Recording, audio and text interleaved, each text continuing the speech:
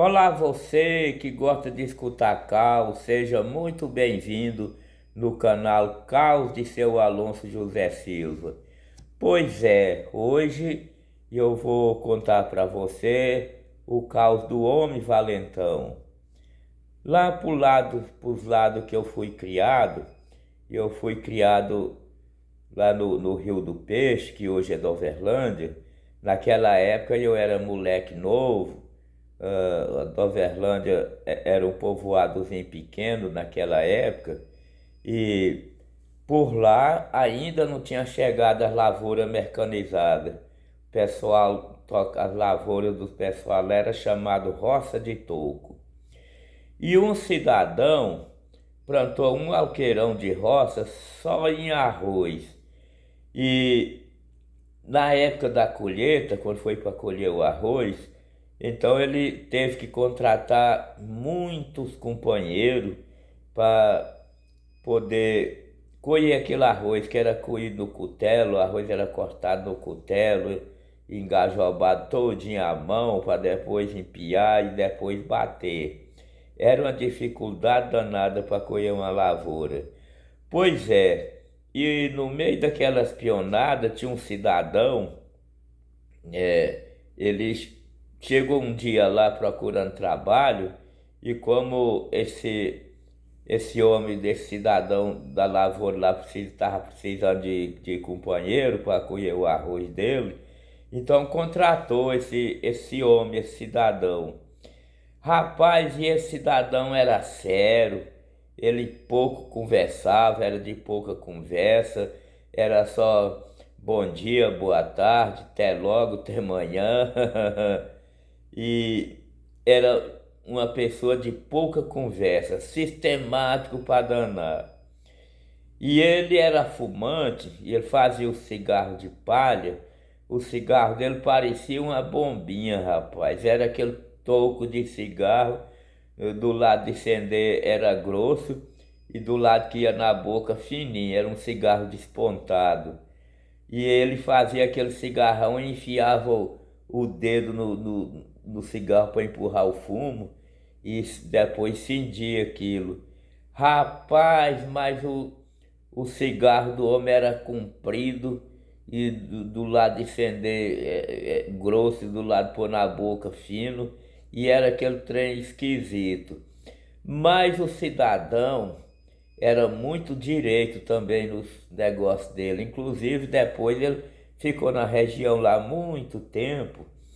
E quando ele ia fazer o cigarro, ele sempre gostava de encostar o fumo em cima de uma mesa, em cima de um banco, em cima de uma coisa, e que ele apoiava o fumo em cima de alguma coisa qualquer, ele apoiava o fumo para picar. E aí, um dia final de semana, ele foi no povoado e tá lá picando fumo, pediu uma pinga e tá lá picando fumo para fazer o cigarrão dele. E naquela região tinha um sujeitinho lá que se dizia valente, metido a ser valente, e esse caboclinho, ele era metido a fazer os outros beber pinga na marra. E aí ele chegou lá no boteco, o proprietário do boteco chamava João e era conhecido por Seu Joãozinho, era um senhor já de idade, Seu Joãozinho. E aí esse sujeito encrenquente, metido a valente, entrou no boteco Seu Joãozinho, tá lá aquele homem picando o fumo em riba do balcão.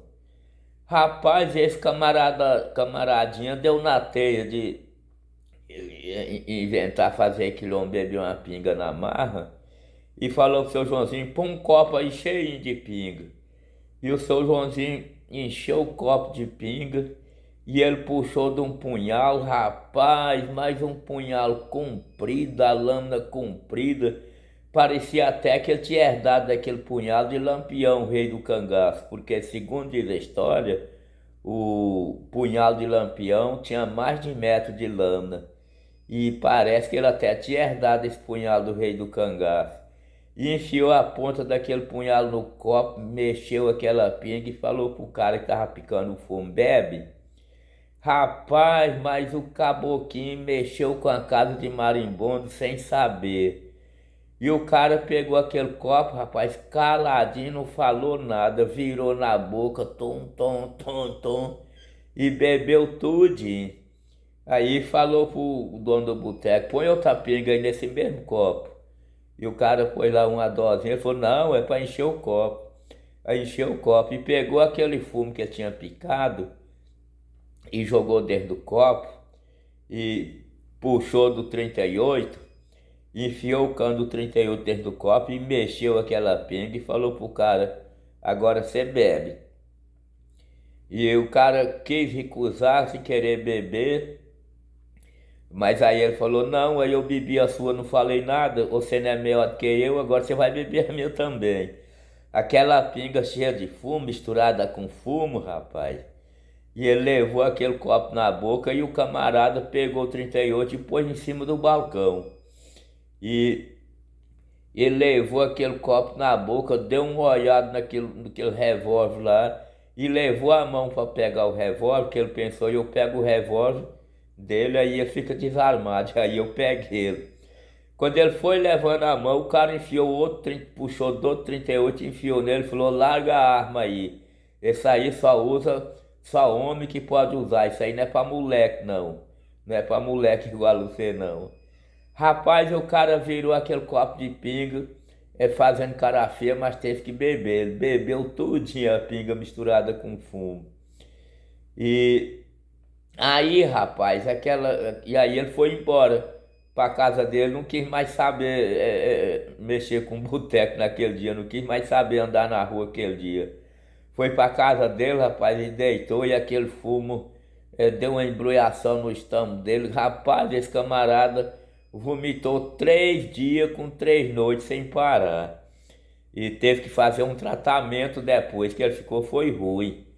Pois é, e aquele cidadão que fez ele beber o copo de pinga misturado com fumo, saiu dali e foi pra feira. Na época tinha uma feirinha lá, saiu dali e foi pra feira, chegou numa banca, falou pro rapaz, quanto custa um melão desse? O rapaz falou, é tanto. Ele falou, corta um no meio que eu quero comprar metade.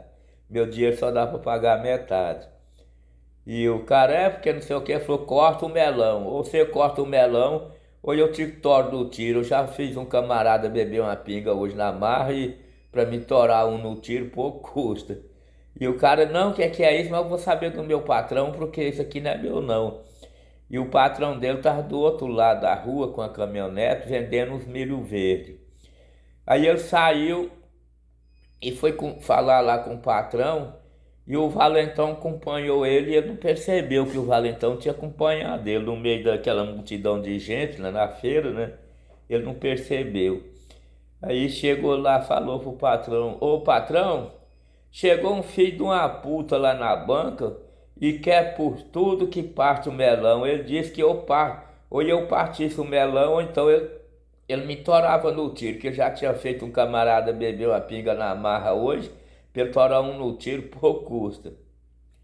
E o cara falou pra ele, falou, você volta pra banca e seja homem, não deixa ele partir um melão não.